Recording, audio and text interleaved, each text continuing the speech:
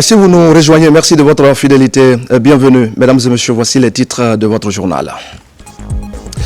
Campagne d'induction de nouveaux fonctionnaires guinéens. La formation civilo-militaire se tient depuis le 6 janvier dernier. Le ministre de la Défense et de la Fonction publique était en immersion dans la préfecture de Forêt-Caria. Constat à suivre dans un instant. Le ministère de la Santé poursuit ses efforts pour faciliter l'accès aux médicaments à l'intérieur du pays. Une agence de la pharmacie centrale vient d'ouvrir ses portes à Mamou, ce qui pourrait aider aussi à la livraison rapide des commandes dans la région. Les administrateurs de Kissidougou, face à leurs responsabilités, une séance d'information et de sensibilisation est organisée à leur attention. Il s'agit de les outiller pour la meilleure gestion de leurs collectivités respectives. Voilà pour le sommaire. Bonsoir à tous et bienvenue dans ce journal que nous ouvrons par une série de décrets. Décret D 2025-0011 PR-CNRD SGG portant limogeage de cadre à la présidence de la République. Le président de la République, vu la charte de la transition décrète. Article 1er. Les cadres dont les prénoms et noms suivent sont limogés pour détournement et mauvaise gestion. Ce sont 1. Mohamed Doussou Traoré, directeur général du patrimoine bâti public. 2. Ali Souma, directeur général adjoint du patrimoine bâti public. Article 2. Le ministre secrétaire général de la présidence assurera la gestion du patrimoine bâti public en attendant la nomination de la nouvelle direction. Article 3. Le présent décret, qui abroge toutes dispositions antérieures contraires, prend effet à compter de sa date de signature, sera enregistré et publié au journal officiel de la République. Conakry, le 22 janvier 2025, signé Général Mamadi Doumbouya. Décret D 2025-0012 PRG CNRD SGG portant nomination d'un haut cadre au ministère de l'Énergie, de l'Hydraulique et des Hydrocarbures. Le président de la République, vu la charte de la transition décrète. Article 1er. Monsieur Moussa Kondé, gestionnaire de projet, est nommé directeur général de l'Agence guinéenne d'électrification rurale AGER. Article 2. Le présent décret, qui abroge toutes dispositions antérieures contraires, prend effet à compter de la date de sa signature et sera enregistré et publié au journal officiel de la République. Conakry, le 22 janvier 2025, signé Général Mamadi Doumbouya. Décret D 2025-0013 PRG CNRD SGG portant nomination de hauts cadres dans les institutions de recherche scientifique au ministère de l'Enseignement supérieur, de la recherche scientifique et de l'innovation. Le président de la République, vu la charte de la transition décrète. Article 1er. Les hauts cadres dont les prénoms et noms suivent sont nommés dans les institutions de recherche scientifique et dans les fonctions ci-après. 1. Institut de recherche et de vulgarisation de l'holacodiculture de Guinée, IRVAG. 1. Directeur général, Dr Mohamed Fodé Yakité, matricule 205-845P, précédemment directeur général du Centre de recherche et de vulgarisation de l'holacodiculture de Kankan. 2. Directrice générale adjointe, Dr Daloba Souma, matricule 249-235H, précédemment directrice générale adjointe du Centre de recherche et de vulgarisation de l'holacodiculture de Tanene. 3. Secrétaire scientifique, Monsieur Sekou Diabaté, matricule 283 637 S, précédemment directeur général de l'Institut de recherche et de vulgarisation de l'holacodiculture de Zérékoré. 2. Institut de recherche en environnement de Guinée, IREG. 1. Directeur général, Dr Mamadou Boy Ba, matricule 193 314 P, enseignant-chercheur à l'Université du Québec à Chicoutimi, conseiller en éducation au ministère de l'Enseignement technique, de la formation professionnelle et de l'apprentissage du Togo. 2. Directrice générale adjointe, Dr Saran Kamara, matricule 21 21 65 P, précédemment directrice générale adjointe de l'Institut de recherche en linguistique appliquée. 3. Secrétaire scientifique, Dr Tierno Boubacar Ba, matricule 207 214 W, précédemment directeur général adjoint du Centre d'études et de recherche en environnement. 3. Institut de recherche sur le patrimoine et en linguistique appliquée, IRPLA.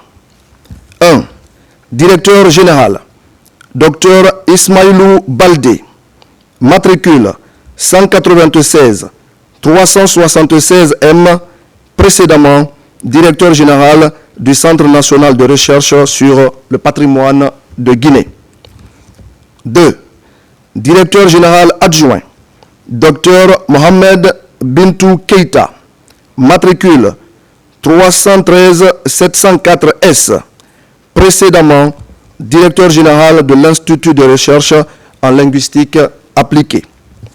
Secrétaire scientifique, Madame Mariam Diallo, matricule 283 651 K, précédemment directrice générale adjointe du Centre national de recherche sur le patrimoine de Guinée. 4. Centre de recherche marine et côtière de Guinée, CEREMAC. 1. Directeur général, professeur Alpha Issaga Palé Diallo, matricule 189 431 S, précédemment directeur général du Centre de recherche scientifique de Conakry-Rogbane. 2.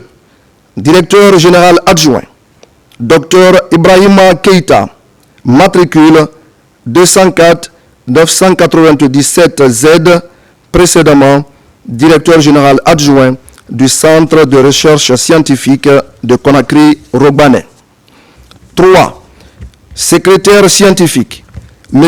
Abdul Karim Diallo, ingénieur des eaux et forêts et environnement. 5.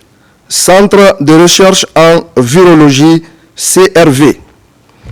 Directeur général, professeur Sanaba Boumbali, matricule 10 46 72 L, enseignant-chercheur. 2. Directeur général adjoint, Dr Alimou Kamara, matricule 269 854 C, enseignant-chercheur. 3. Secrétaire scientifique, M. Mamadi Koulibaly, matricule 255 473 V, enseignant-chercheur. 6. Centre de recherche en informatique et cybertechnologie, CRICT. 1. Directeur général, Dr Amara Kamara, matricule 31 37 75 D, précédemment directeur général du réseau d'information scientifique et de télécommunications. 2. Directeur général adjoint, Dr Mamadou Aliou Bari, matricule 27 45 54 K, enseignant-chercheur à l'Institut supérieur de technologie de Mamou, spécialiste en intelligence artificielle. 3. Secrétaire scientifique, Madame Kadeba, matricule 25 54 84 G, cadre de l'inspection générale du ministère de l'enseignement supérieur, de la recherche scientifique et de l'innovation. 7. Institut de recherche sur la biodiversité au Mont Nimba, IREB MN. 1. Directeur général, Dr Adama Sangare, matricule 28 64 54 K, précédemment directeur du programme Man and Biosphère, l'homme et la biosphère. 2. Directeur général adjoint, Dr Simon Pierre Lama, matricule 230 709 L, précédemment directeur général de la station scientifique des monts Nimba. 3. Secrétaire scientifique, Monsieur Paul Lama, matricule 21 22 78 A, précédemment directeur général de l'Institut de recherche environnementale de Bossou. 8. Institut de recherche en technologie endogène de Guinée, IRTEG. 1. Directeur général, Dr Abdoulaye Sankon, matricule 21 31 89 X, précédemment directeur général de l'Institut de technologie alimentaire de Guinée. 2. Directeur général adjoint, Dr Fodé Salifou Souma, matricule 230 645 T, précédemment directeur général du Centre de recherche et de documentation environnementale pour le développement intégré de la Basse-Guinée. 3. Secrétaire scientifique, Dr Daouda Sampou, matricule 205 843 H, précédemment secrétaire scientifique du projet d'études et de recherche sur les technologies endogènes en Guinée. 9. Institut de recherche en biologie appliquée de Guinée, IRBAG. 1. Directeur général, professeur Mohamed Sahar Traoré, matricule 284 309 C, enseignant-chercheur. 2. Directeur général adjoint, Dr Laurent Gbagbo Onivogui, matricule 212 646 P, enseignant-chercheur. 3. Secrétaire scientifique, Dr Clémentine Camara, matricule 205 849 A, précédemment directrice générale du Centre d'études et de recherche sur les petits animaux. 10. Institut de recherche et de développement des plantes médicinales et alimentaires de Guinée, IRDPMAG. 1. Directeur général, professeur El Hadj Mamadou Saïdou Baldé, matricule 230 645 T, enseignant-chercheur. 2. Directrice générale adjointe, Dr Séré Diané, matricule 211 364 R, précédemment secrétaire scientifique de l'Institut de recherche et de développement des plantes médicinales et alimentaires de Guinée. 3. Secrétaire scientifique, Dr Ansoumane Kourouma, matricule 310 558 W, enseignant-chercheur à l'université Gamal Abdel Nasser de Conakry, spécialiste en santé de l'environnement et du travail et en toxicologie environnementale. Article 2. Le présent décret qui abroge toutes dispositions antérieures contraires prend effet à compter de la date de sa signature et sera enregistré et publié au journal officiel de la République. Conakry, le 22 janvier 2025, signé Général Mamadi Doumbouya. Mesdames et messieurs, c'est par un programme inédit que nous allons ce soir ouvrir cette édition d'information. Il s'agit de la campagne d'induction d'un nouveau fonctionnaire guinéen. La première cohorte de plus de 2000 agents poursuit la formation civilo-militaire entamée il y a un peu plus de 2 semaines. Et ce mercredi, le ministre de la Défense nationale et celui de la fonction publique étaient en immersion au centre d'instruction de l'armée de mer à Mafereya, dans la préfecture de Forêt-Garia. Mamadi Terna Kamisoko. Centre d'instruction de l'armée de mer de Mafereya, deuxième camp qui accueille le programme d'induction des nouveaux fonctionnaires. Depuis le 6 janvier dernier, 1077 agents répartis en 6 compagnies apprennent ici les notions essentielles de l'armée. Ce mercredi, le ministre d'État en charge de la Défense nationale, le général de 2e section, Aboubakar Sidiki Kamara, et son homologue du travail et de la fonction publique, Faya François Bourounou, sont dans ce centre d'instruction. L'objectif est de s'enquérir des conditions d'apprentissage de ces agents. Vous êtes aujourd'hui les architectes de cette nouvelle fonction publique.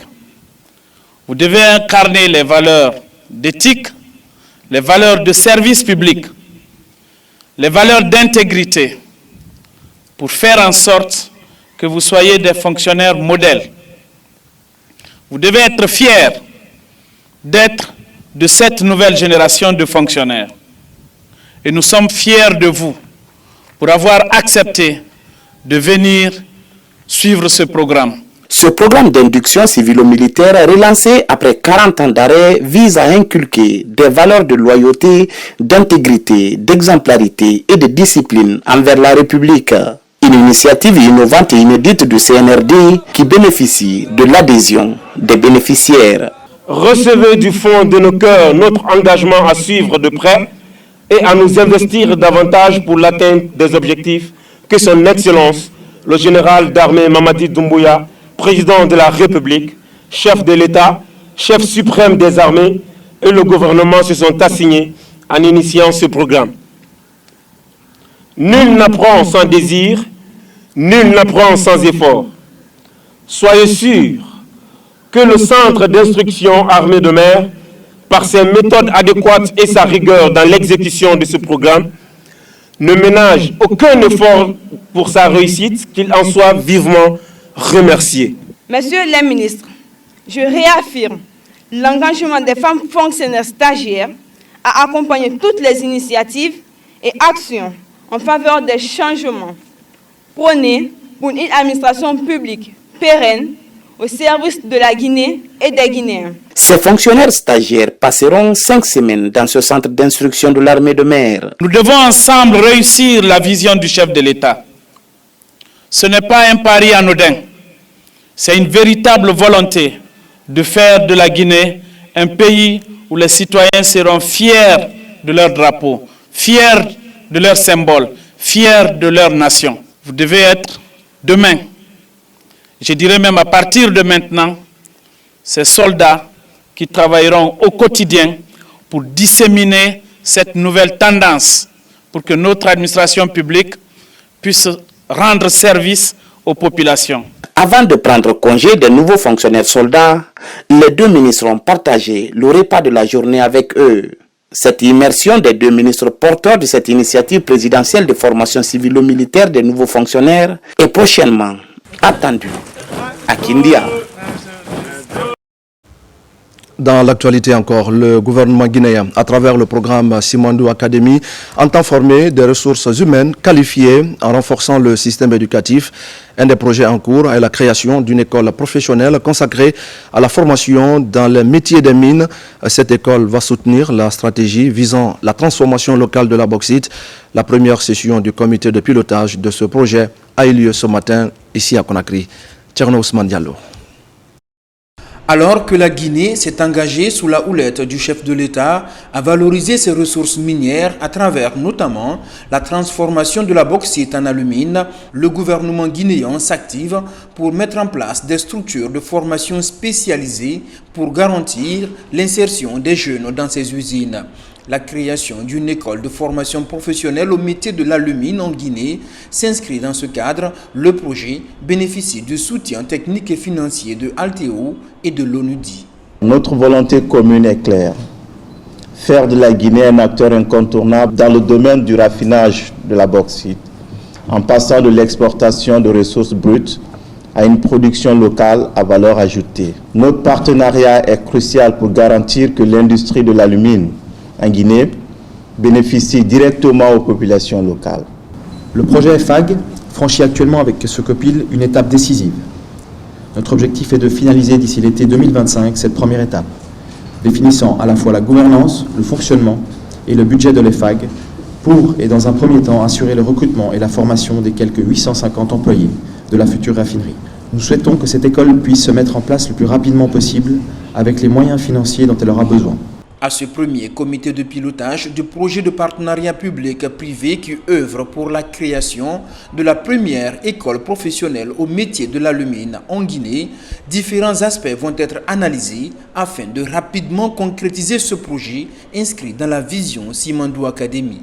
L'investissement dans le capital humain est une priorité du président de la République, d'où l'initiative Simandou Academy, qui n'est pas une initiative sur le du projet Simandou uniquement, mais qui est une structure, une institution qui est mise en place pour fédérer toutes les initiatives relatives à la formation, pour que la Guinée puisse être reconnue non pas seulement comme un pays regorgeant des ressources naturelles, mais un pays ayant des ressources humaines de qualité.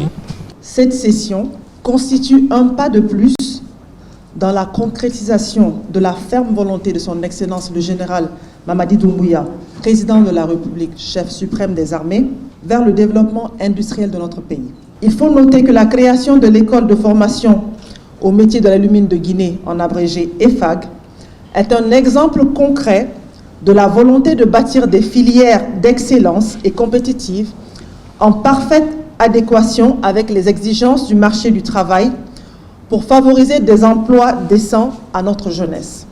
Avec ce projet de construction d'une école professionnelle spécialisée dans les métiers de l'alumine, la Guinée entend allier développement économique et formation de ressources humaines de qualité, à l'instar de ces deux jeunes Guinéens recrutés par Alteo pour faire partie de l'aventure Alteo en Guinée.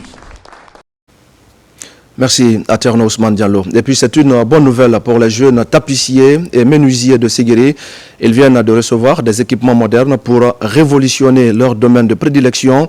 Et c'est un geste du chef de l'État, général Mamadi Doumbouya, pour inciter ces jeunes à développer leurs activités et pour lutter surtout contre le chômage et la pauvreté dans la préfecture de Séguéré. On fait le point avec Diamo Kaba.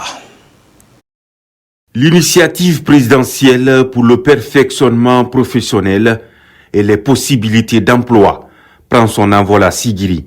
Deux secteurs sont priorisés par le chef de l'État pour répondre aux besoins de développement économique local. Des kits modernes sont mis à la disposition des tapissiers et menuisiers de la ville aurifère pour booster leurs activités. Une contribution significative du général d'armée Mamadi Doumbouya. Monsieur le président de la République, le général d'armée Mamadi Doumbouya, vient de poser un autre acte historique dans la préfecture de Sigiri en offrant à l'ensemble des menuisiers 55 kits et dans chaque kit il y a des outils que le menuisier peut travailler dans l'exercice de sa fonction. Ces équipements sont susceptibles de lutter contre le chômage et favoriser l'emploi jeune. Une aubaine pour la municipalité mobilisée pour traduire les bonnes intentions du bon samaritain général Mamadi Doumbouya. La promotion de la d'œuvre locale, une autre motivation pour inciter la couche juvénile à se lancer dans le grand bain de l'entrepreneuriat. Nous avons reçu nos matériels à travers Monsieur le maire. Tout s'est passé dans les meilleures conditions. Monsieur le maire nous a transmis tout ce qui a été donné comme nos matériels. Je suis prêt à Dieu. Nous allons faire un partage équitable. Tous ces bénéficiaires auront leur part. Nous ne faisons que nous réjouir de ce qui s'est passé à nos yeux aujourd'hui. Et vraiment, nous sommes très contents au nom de tous les 16 quartiers de Sigiri. On est satisfait de joie. Pour mieux gérer l'explosion démographique due à l'exploitation artisanale de l'or, la ville aurifère compte tourner la page du grand banditisme et la délinquance. Avec l'arrivée de ce dispositif, les mesures sont à renforcer pour assurer la reconquête de la croissance et de l'emploi. Et puis, mesdames et messieurs, c'est un élément qui vient tout juste de nous parvenir. Le président de la République a parcouru les rues de Kaloum ce mercredi. Tout au long de son trajet, Général Mamadi Doumbouya a reçu un accueil chaleureux de la part des habitants de Kaloum. Le chef de l'État est salué par des ovations et par des félicitations à chacune des étapes de son parcours. Omar Bari. Le chef de l'État, chef suprême des armées, le général Mamadi Doumbouya a une fois de plus marqué de son empreinte les rues de Kaloum ce mercredi 22 janvier 2025 lors de l'une de ses célèbres promenades de santé. Ce moment de communion avec la population de la capitale s'inscrit dans une série de déplacements réguliers qu'il effectue souvent dans la commune où siège le palais présidentiel. Parti du palais Mohamed V, le président de la République a longé la route du boulevard Général Lansana Conté avant de se rendre jusqu'au port autonome de Conakry. Mais avant, il a fait un détour par le ministère de l'Urbanisme, de l'Habitat et de l'Aménagement du Territoire en charge de la récupération des domaines spoliés de l'État. Là, il a échangé avec le ministre Mori Kondé sur les avancées des projets en cours et les défis liés à la récupération des domaines de l'État. Le chef de l'État, pendant cette visite inopinée, a pris le temps de visiter ces travaux de rénovation qui ont été réalisés et également a eu des échanges avec l'équipe d'experts que nous avons constituée ici afin de procéder à la révision de l'ensemble des textes qui gouvernent le secteur, à savoir le code foncier domanial, le code de l'architecture, le code de la construction, la loi portant orientation de l'aménagement du territoire, la loi portant promotion immobilière et exercice de la profession d'agent immobilier, mais également les textes liés à la création de l'autorité de régulation du foncier de la construction et du logement. Donc il a rencontré ces équipes qui étaient en pleine séance de travail, il les a prodigué des conseils et l'ensemble des équipes du ministère de l'Habitat et moi avons pris l'engagement devant le chef de l'État non seulement de maintenir cet état de propriété et de gaieté de l'infrastructure qui abrite le ministère de l'Habitat aujourd'hui et dont les conditions de travail permettent vraiment aux agents de travailler dans un climat de sérénité, mais également de poursuivre ces travaux au niveau de d'autres départements ministériels, parce que comme vous le savez, le ministère de l'Urbanisme et de l'Habitat et le ministère de la Construction, donc nous avons la charge également de faire les mêmes travaux pour les autres départements sectoriels. Et le chef de l'État, avant de prendre un congé de l'équipe, il est également passé dans le bureau du ministre où nous étions avec des conseillers chargés des infrastructures du chef de l'État même autour d'un certain nombre de projets inscrits comme investissement sur le programme Simandou pour l'année 2025. Donc il a pris aussi également le temps de regarder ces projets au nom desquels vous avez la construction de 3 tours au niveau de l'ex-marché Yengema, la construction de la voirie sur le boulevard Général Lansana Conté et le boulevard Ahmed Sékou Touré, la construction de la voirie de l'avenue du Port et également d'autres projets d'aménagement dans la ville de Conakry. Tout au long de son trajet, le chef de l'État, chef suprême des armées, le général Mamadi Doumbouya, a été chaleureusement accueilli par la population de Kaloum. Des ovations et des félicitations ont accompagné chaque étape de sa promenade.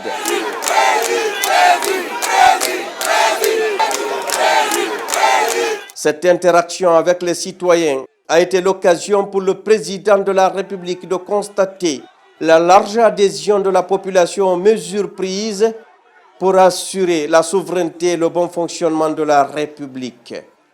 En effet, adultes, jeunes, enfants et en particulier des femmes, cadres de l'administration publique et du secteur privé, ainsi que les travailleurs de diverses catégories socio-professionnelles ont exprimé leur soutien enthousiaste aux initiatives du général Mamadi Doumbouya. Le chef de l'État a notamment traversé des quartiers emblématiques comme Almamia, plus précisément au marché Niger, le quartier Boulbiné, tout en échangeant avec les ministres et hauts responsables présents sur le terrain. Il a été rejoint en chemin par plusieurs membres du gouvernement, dont le ministre de l'administration du territoire et de la décentralisation Ibrahima Khalil Kondé, le ministre de la Culture, du Tourisme et de l'Artisanat Moussa Moïse Silla, le premier ministre chef de gouvernement Amadou Ouriba, ainsi que le général Lamara Kamara, ministre, secrétaire général et porte-parole de la présidence. Ce moment de proximité avec la population témoigne de l'engagement constant du président de la République, le général Mamadi Doumbouya, pour assurer une gouvernance efficace et une administration publique rigoureuse dans le respect des attentes du peuple souverain de Guinée.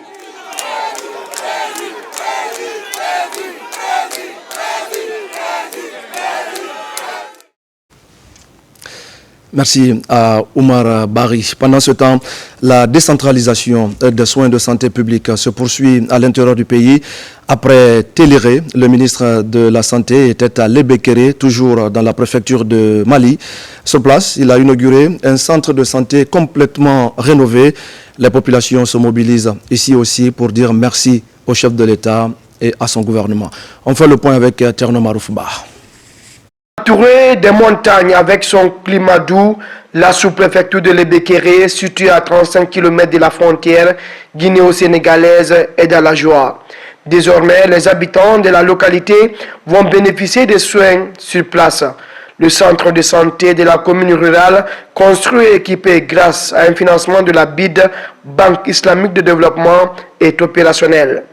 L'édifice comprend, entre autres, une pharmacie, des salles d'hospitalisation et un logement pour le personnel. Un appel pressant aux personnels de santé qui sont affectés ou qui seront affectés dans ces structures d'utiliser cette structure à bon escient.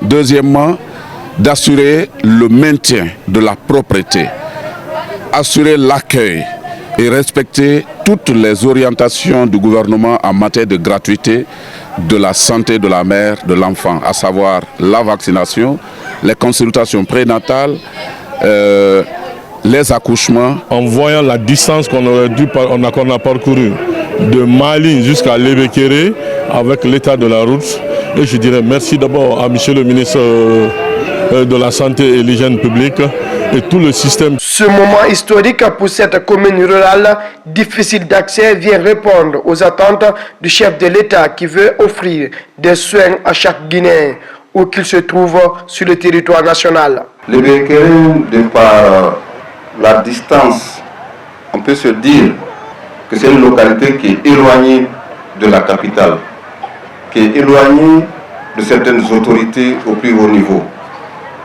Mais par les actes qui sont sur le terrain, vous comprendrez que Lebekere est dans le cœur des autorités. C'est ce qui fait que nous avons bravé tous les aléas pour être là avec vous. Vous êtes au cœur des autorités de la refondation sous le leadership du chef de l'État, son excellent général Mamadi Doumbouya. Cet engagement de décentraliser les soins primaires dans les localités les plus éloignées est la nouvelle méthode que les autorités du ministère de la Santé et de l'hygiène publique veulent impulser ici à Lebekere. Dans l'actualité encore, l'Institut itinérant de formation et de prévention intégrée contre la drogue lance les travaux de collecte des données auprès des services spécialisés. C'est une action pour améliorer les capacités d'innovation et d'anticipation des structures dédiées à la cause. Au terme de la collecte, les indicateurs pourront permettre d'éclairer les décisions en matière de lutte contre la drogue dans notre pays. Sona Sagnon. L'abus des substances psychoactives est devenu un problème à l'échelle mondiale en Guinée, bien que des actions aient été entreprises pour contrer cette problématique.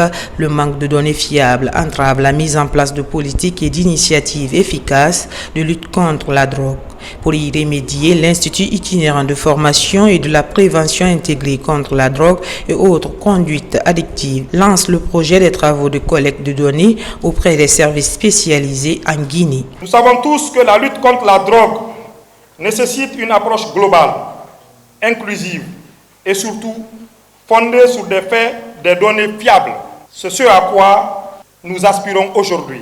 Je vous invite donc à soutenir cette initiative, à collaborer activement et à participer pleinement à ce travail essentiel pour la santé publique et le bien-être de notre société pour une vision Simandou 2040. Il y a des nouveaux défis, on espère qu'il y ait Les résultats de cette enquête nous permettra de connaître mieux la réalité de la consommation dans la Guinée et surtout de vous rappeler, ce n'est pas une question seulement sécuritaire, c'est surtout une question de santé et de formation. Et je suis bien heureux de voir qu'on a bien encadré le problème ici. Grâce à l'outil numérique Kobo Collect, les informations recueillies seront immédiatement centralisées sur un serveur sécurisé avant d'être analysées à l'aide de logiciels spécialisés pour tirer les conclusions précises. La collecte s'appuiera sur des enquêtes menées auprès de 214 structures spécialisées à travers le pays. Qui parle de la lutte contre la drogue parle d'une mission transversale qui touche beaucoup d'acteurs de l'État.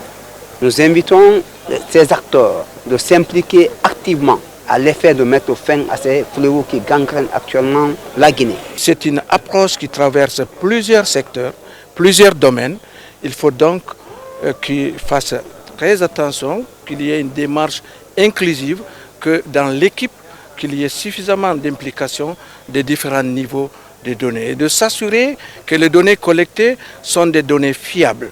Un projet utile au pilotage et à la valorisation de l'action antidrogue tant au niveau local que national, a rappelé que l'Institut itinérant de formation et de la prévention intégrée contre la drogue et autres conduites addictives élabore, anime et coordonne la stratégie gouvernementale de lutte contre les conduites addictives en Guinée. Et puis je le disais tout à l'heure, au sommaire, le ministère de la Santé et de l'Hygiène publique, à travers la pharmacie centrale de Guinée, poursuit la politique de couverture du pays en produits pharmaceutiques et de santé. Une agence régionale de la PCG vient d'être construite et équipée dans la région de Mamou. L'objectif est de rendre les médicaments plus accessibles aux communautés en zone rurale. Adiatou Bari. C'est un pas franchi et qui augure de belles perspectives en matière de disponibilité en médicaments. À Mamou, la ville Carrefour, l'agence régionale de la pharmacie centrale de Guinée voit jour pour le bonheur des populations. L'infrastructure sanitaire construite avec toutes les commodités rapproche davantage les communautés des produits pharmaceutiques. Beaucoup d'efforts sont en train d'être fournis par l'État pour l'amélioration de la santé des communautés. C'est le cas aujourd'hui, jour mémorable de l'inauguration de cet important édifice. L'agence régionale est bâtie sur un site de 4200 mètres carrés. Elle dispose d'un entrepôt de stockage d'une superficie de 1000 mètres carrés, adapté aux besoins pour un approvisionnement régulier et à grande échelle. La nouvelle agence régionale de Mamou s'inscrit dans une vision stratégique de décentralisation répondant à notre mission qui est celle d'assurer un accès équitable aux médicaments essentiels. Cette agence dispose d'infrastructures modernes et adaptées, des bureaux administratifs, des logements pour le personnel et annexes, des équipements techniques modernes. L'agence de la PCG va couvrir les 3 préfectures de la région administrative de Mamou. Son ouverture vient renforcer les efforts de l'État dans la lutte contre les faux médicaments déjà entamés. Donc on pensait que si les boutiques et les magasins de Madina fermaient, on aurait ramassé des cadavres dans la rue parce que l'État ne serait pas à mesure d'approvisionner les structures sanitaires. Malheureusement, cela n'a pas été le cas. La pharmacie centrale de Guinée, avant le 5 septembre, était aux alentours de 10% de disponibilité en médicaments. La lutte a été menée, le vide a été créé, mais immédiatement, le plus rapidement possible, ce vide a été comblé. Aujourd'hui, nous avons des médicaments un peu partout sur le territoire national. L'édifice est réalisé à hauteur de 14 milliards de francs guinéens sur fonds propres de la pharmacie centrale de Guinée avec un effectif d'une dizaine d'employés, dont une femme, chef d'équipe. À présent, mesdames et messieurs, le contenu de cette décision de la Haute Autorité de la Communication, décision portant interdiction d'un site d'information en République de Guinée. Vu la charte de la transition, notamment en son article 80, constatant la publication d'un article appelant au trouble à l'ordre public et à l'insurrection sur le site d'information www.guinefuture.info signé de Azozoya. Considérant que ce nommé Azozoy est le pseudonyme du journaliste Ibrahima Sori Bangoura, directeur de publication du groupe de presse La Logique et du site d'information www.guinefuture.info, considérant que ce journaliste a été interdit de l'exercice du journalisme en 2017 par une décision de la HAC, après avoir produit de faux documents dans son dossier de demande de la carte de presse, dissimulant ainsi sa condamnation à 6 mois de prison avec sursis pour escroquerie et chantage à l'endroit d'un directeur d'entreprise. Considérant que le nommé Azozoy réside à l'étranger depuis plusieurs années, considérant que la haute autorité de la communication s'est autosaisie pour examiner cet article de presse, la haute autorité de la communication, après en avoir délibéré en sa séance plénière ordinaire du mercredi 22 janvier 2025, décide 1. L'interdiction de l'accès du site www.guinefuture.info pour appel aux troubles à l'ordre public et à l'insurrection sur toute l'étendue du territoire national, ce conformément aux dispositions des articles 100, 104 et 106 de la loi organique L 2010-02 CNT du 22 juin 2010 portant liberté de la presse en République de Guinée. 2. Demande à l'autorité compétente l'application stricte de la présente décision. 3. La présente décision qui prend effet à compter de la date de sa signature sera publiée au journal officiel de la République. Conakry, le 22 janvier 2025, la haute autorité de la communication. Dans l'actualité encore, les natifs du district de Sombili, dans la commune rurale de Popodara, préfecture de l'Abbé, unissent leurs forces pour le développement de leur localité. Ils viennent de mettre à la disposition des populations de Pitadji et de Sagara des infrastructures sociales de base. Il s'agit d'un poste de santé et de 3 salles de classe. Retour sur la cérémonie d'inauguration de ces édifices avec Sarafoudine Diallo et son Assagno. Il s'agit d'un poste de santé équipé à Pitadji et 3 salles de classe également équipées pour compléter le cycle élémentaire à l'école primaire de Sagara. Des infrastructures qui ont été financées par l'association des natifs du district de Sombili, des actions de développement saluées par les autorités locales. Sur les efforts de nos fils ressortissants, résidents, nous avons pu réaliser 3 actions, à savoir un poste de santé à Pitadji, dont le coût de réalisation est de 374 785 800 francs guinéens. 3 salles de classe pour compléter le cycle à 6 groupes pédagogiques à l'école primaire de Sagara pour un montant de 127 782 000 francs guinéens. Nous avons rénové l'école primaire de Sombili 1. Cette infrastructure dans le fond a été réalisée dans le cadre de produire des soins de base pour la population rurale ici. Donc depuis sa construction, il a commencé à fonctionner. Personnellement, je suis très fier de cet accomplissement. La cérémonie de remise de ces infrastructures a été présidée par les autorités administratives et sanitaires de l'Abbé.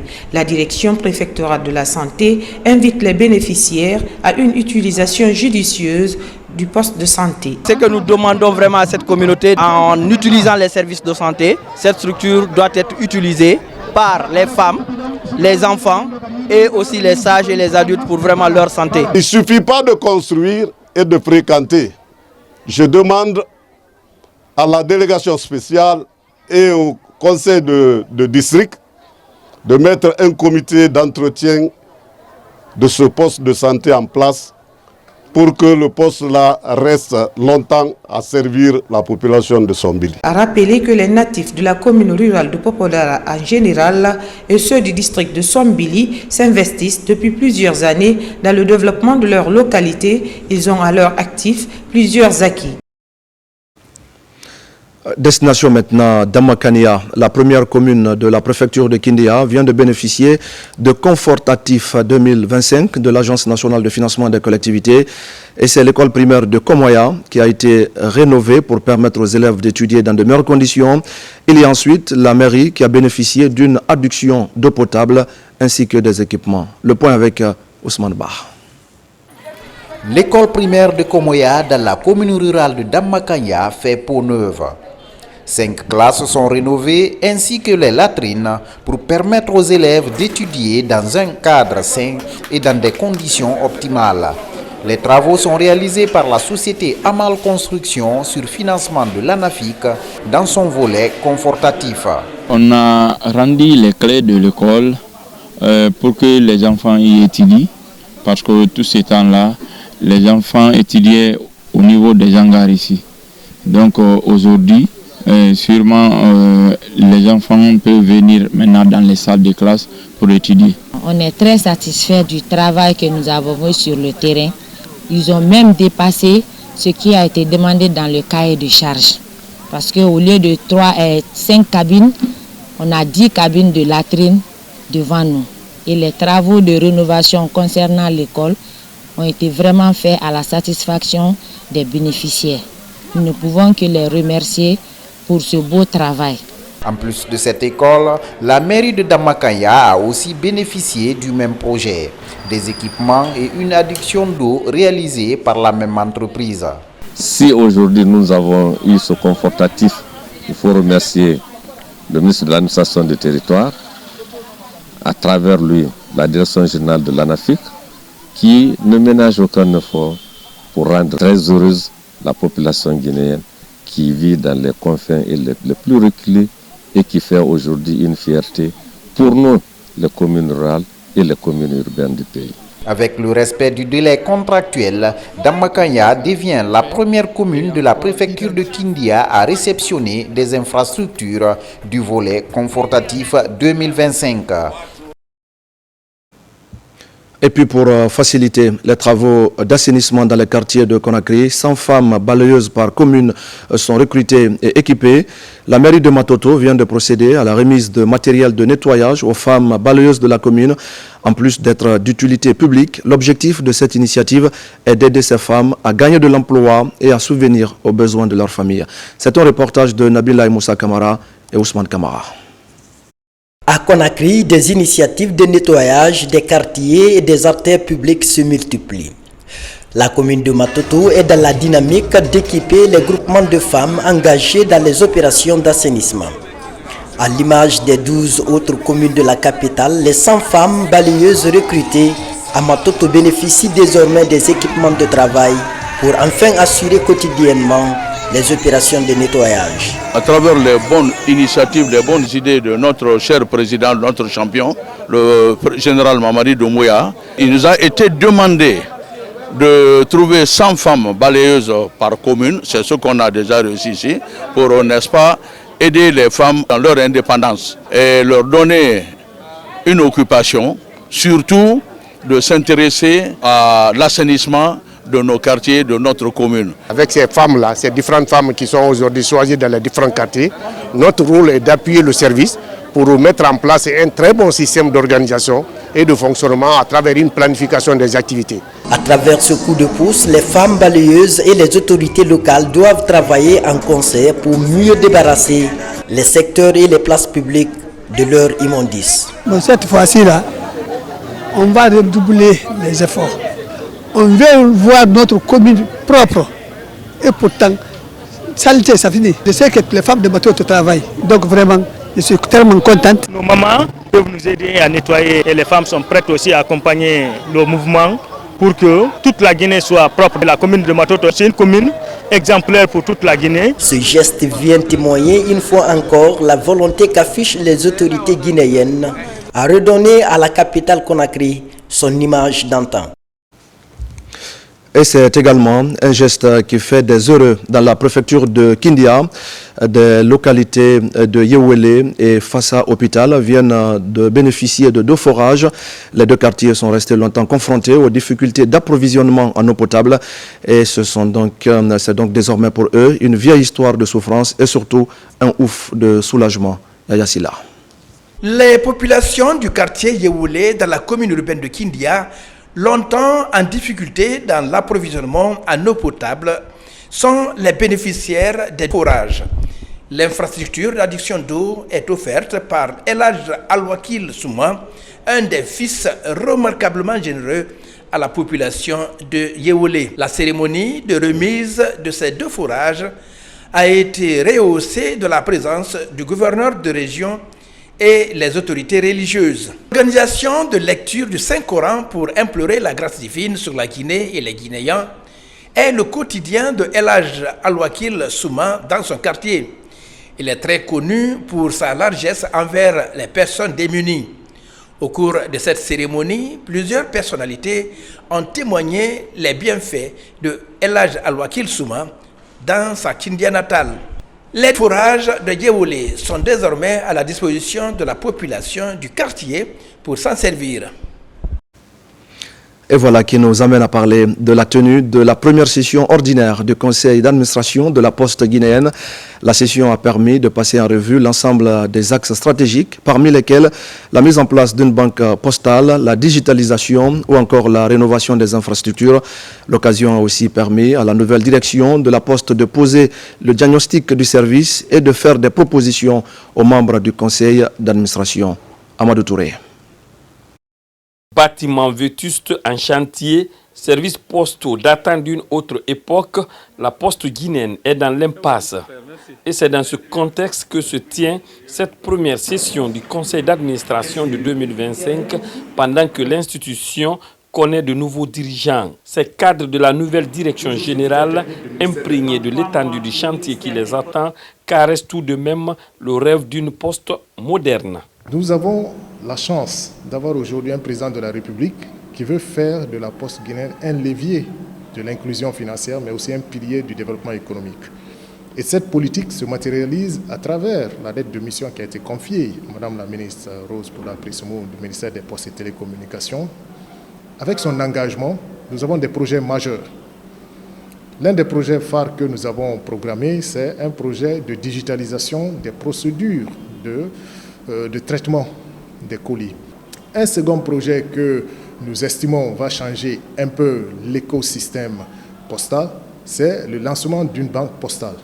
Ce programme de relèvement présenté par la direction générale a séduit à l'unanimité des membres du conseil d'administration présents à cette session en dépit de certaines contraintes. Le grand défi, c'est faire renaître la Poste de ses cendres, faire en sorte que la Poste soit de plus en plus proche des citoyens conformément à la vision de M. le Président de la République. Et donc cette année, c'est la réorganisation des structures, la sécurisation des recettes, la rénovation des infrastructures existantes pour pouvoir permettre à la Poste d'être beaucoup plus compétitive. L'espoir de mise en place d'une banque postale, la digitalisation et la rénovation des infrastructures postales demeurent tout de même parmi les 7 axes stratégiques déclinés par la nouvelle équipe dirigeante de la Poste guinéenne.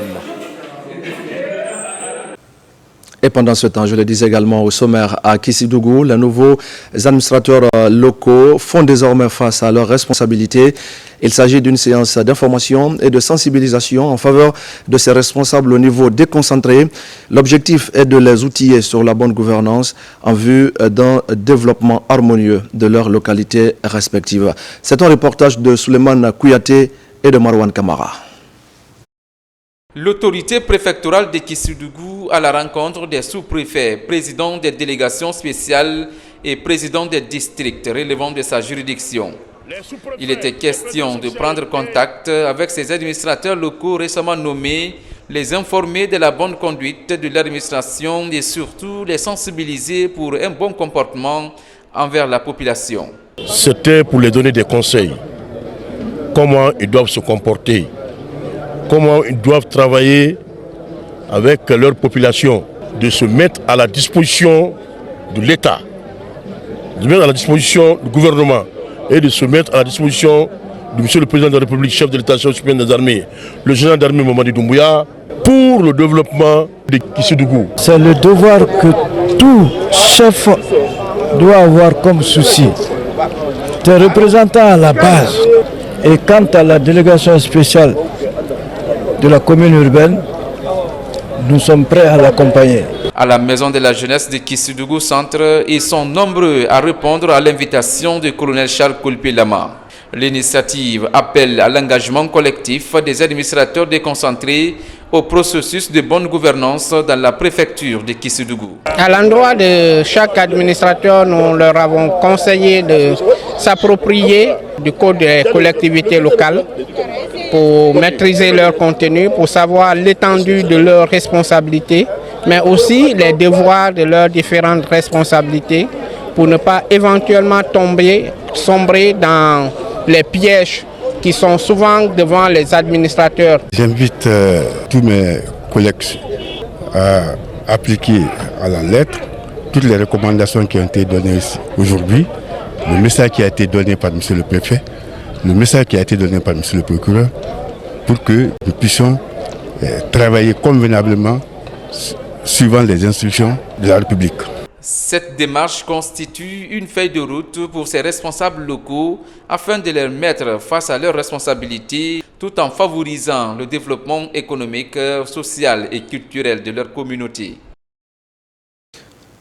Et puis c'est officiel, le MUDAS existe désormais et lance sa campagne de présentation de l'organisation. Les membres du bureau exécutif des mouvements unifiés de la diaspora d'Amérique pour le soutien au CNRD se sont rendus à Washington. Sur place, ils ont rencontré les responsables de l'ambassade auxquels ils ont présenté l'association ainsi que les idées qui ont prévalu à sa mise en place. On écoute un des responsables de l'organisation. Nous sommes à l'ambassade de la Guinée à Washington, bien sûr, pour présenter notre projet, le mouvement unifié de la diaspora d'Amérique, et pour le soutien au CNRD. Ce qui nous anime, c'est d'accompagner les actions du gouvernement, accompagner les actions du CNRD et soutenir le président, son excellent général Mamadi Doumbouya, dans sa noble mission de refondation du pays. Nous ne restons pas sans savoir ce qui se passe dans le pays, les avancées qu'on a eues depuis ces 3 ans qu'il est au pouvoir. Donc, c'est des réalisations qu'on voit, qu'on peut toucher. Et l'objectif est de soutenir tous ces acquis, montrer à nos communautés vivant aux États-Unis les réalisations du président et de son gouvernement. Dans le reste de l'actualité, à l'Institut supérieur des sciences et médecine vétérinaire de Dalaba, de nouveaux étudiants sont installés. Ils sont cette année 484 Guinéens et étrangers à être inscrits au sein des départements médecine vétérinaire et technologie de contrôle des produits alimentaires, de pêche et aquaculture. Ils vont bénéficier de cours théoriques et pratiques. La cérémonie de leur installation a mobilisé ce matin les autorités locales, les enseignants-chercheurs et les amis de l'école guinéenne. Mamadou Patebaldé. C'est dans une atmosphère de joie que l'ISMEV de Dalaba a accueilli ce matin ces nouveaux étudiants.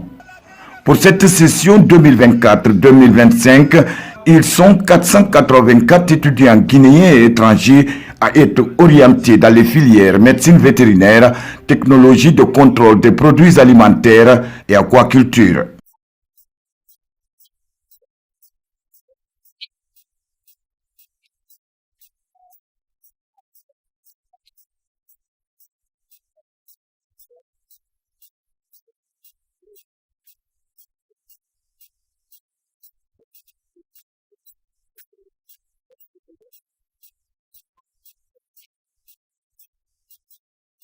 Durant ces 4 années, les étudiants de TCPA et pêche et aquaculture bénéficieront des formations théoriques et pratiques dans ces filières et 5 ans pour ceux de la médecine vétérinaire en santé animale.